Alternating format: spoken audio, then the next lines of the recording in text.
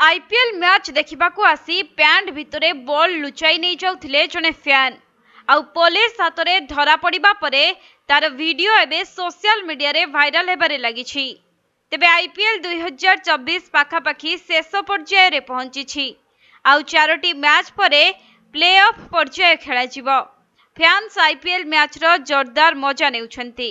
केतेक लोक घरे बसी टीवी रे मैच देखुथिबा बेले आउ किछि स्टेडियम रे पहुंची छंती। एहारे भितरे जने फैन को वीडियो सोशल मीडिया रे वायरल हेउछि।